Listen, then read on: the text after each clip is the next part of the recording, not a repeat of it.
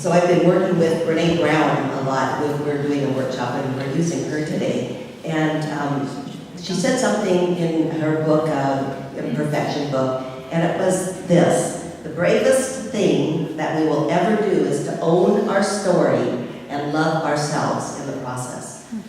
And I love that quote. I think that's huge.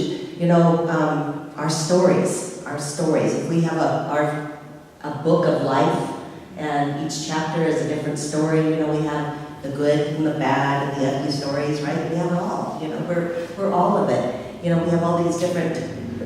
I remember my mom said something. We have these relatives, and she was talking about these relatives have skeletons in their closet, right? So every time we would go out there, I would be scared to death, you know, of those closets. You know, and I remember kind of going, you know, by the closet, you know, and, you know, like freaking out because I was afraid to open the darn thing.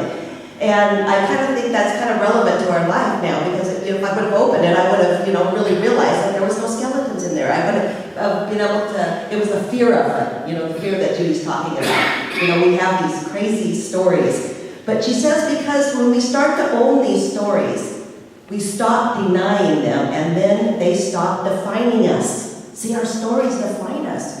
They define who we are. We think they do. And, you know, the truth is that, you know, we all have different skeletons in our closet. We have stuff we go through in life, you know, and it's like either we tell everybody or we keep it inside and let it fester.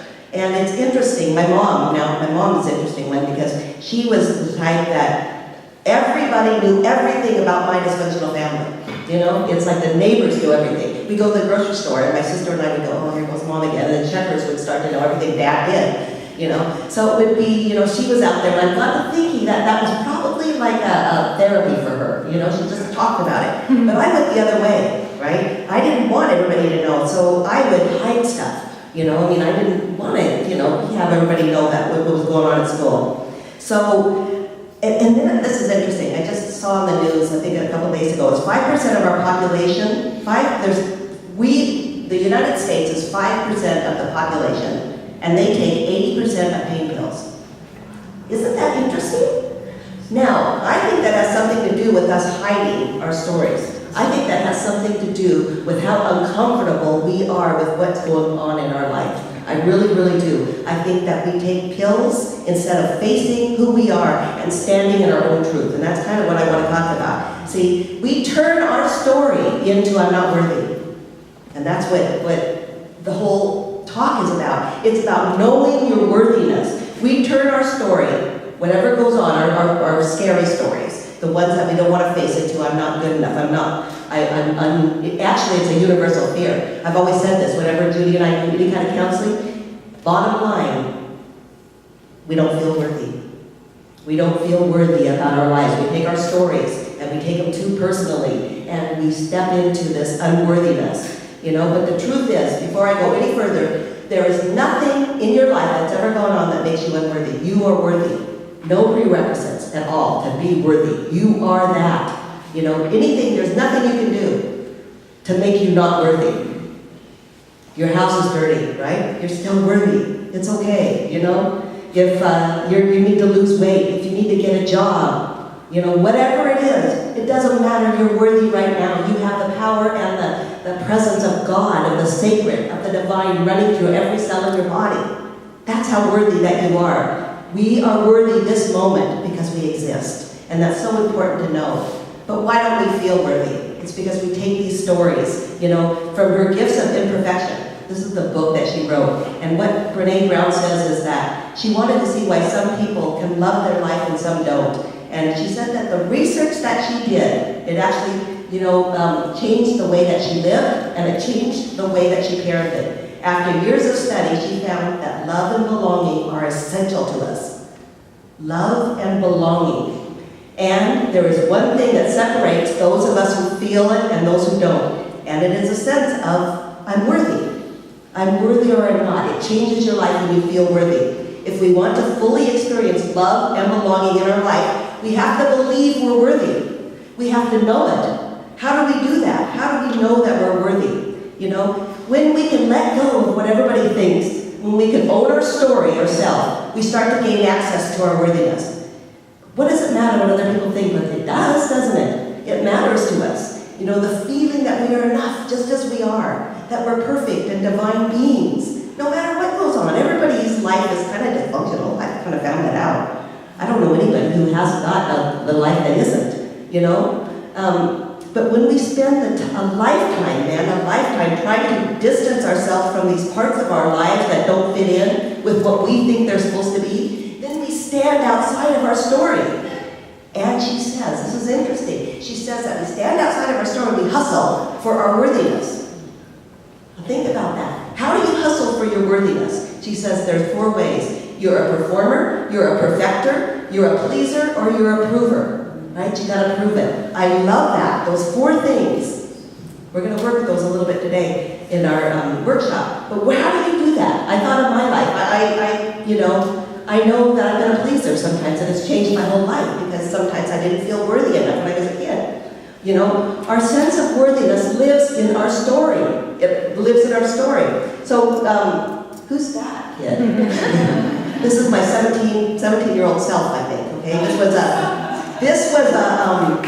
was not a prom, but you know how they have dances at school or something, you know, like that. Okay, so this was my story at that time. Okay, it's poor kid has to wear a hand-me-down dress.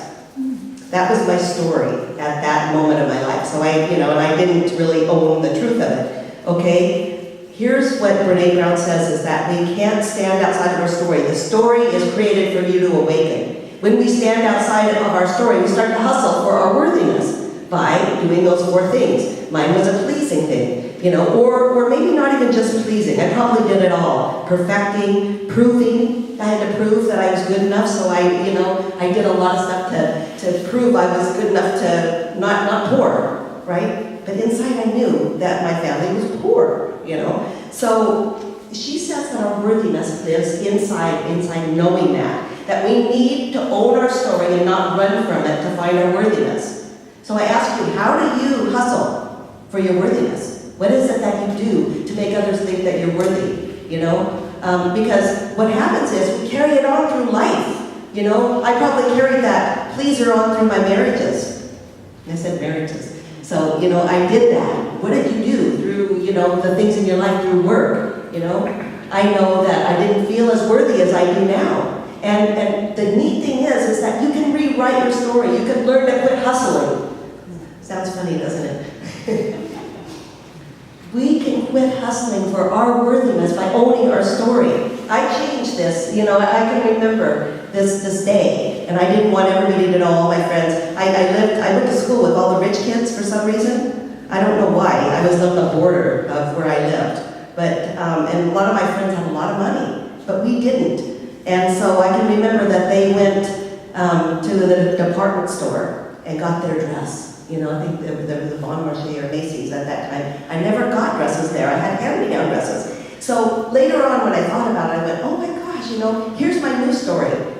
Poor kid is rich with love, right? I had so much love that my sisters, see that great hairdo? My sisters got this thing, they put it on my hair, and I got purses, I got all this stuff, I got just a lot of, that was a really good memory as I went back and looked. It wasn't about that hand-me-down dress anymore, right? It was about, this awesome family that came together to make my day special. And that's what I'm talking about. It's a new story, right? I wrote an ending to a story that was hurtful. What story in your life can you look at again and see it from a wider perspective? What story, and believe me, there's millions of dysfunctional stories in our life. And, we can write a brave new ending to our lives. A brave new ending. Here's the deal. Here's what I've learned about brave new endings and in our personal lives. It doesn't mean that we can smooth over hurt feelings in our families. It's too easy to stockpile all these hurts and these rage and the resentments and isolation. We got to talk about it. We got to talk about our feelings. We got to open up. We've got to be honest with where we are in our life. Maybe not to everybody. We don't have to go tell the grocery checkers, but we need to tell some safe people in our life what's going on, how it feels, how does it make you feel, Even if we don't want to, we can't pretend that our family histories of addiction, of a mental health, of issues that, you know, exist in our life are going to cure themselves until we open and feel it inside and can talk about it to somebody that we love. And if we want to pass on a legacy of emotional honesty and health to our kids and our family and people that continue, we got to be honest about it. We got to be honest about it. I try so hard with my grandkids to totally be honest with what went on in our family and the stuff that hurt, that was embarrassing, that you didn't want to talk about before, you know. But they know now. We have to be authentic about our failures, about our mistakes, so that we can learn and we can grow. It's about authenticity. That's what it's about. It's about owning our stories, being authentic about it, being comfortable with who you are, because who you are is okay. Who you are is more than okay. Who you are is perfect, and it's meaningful.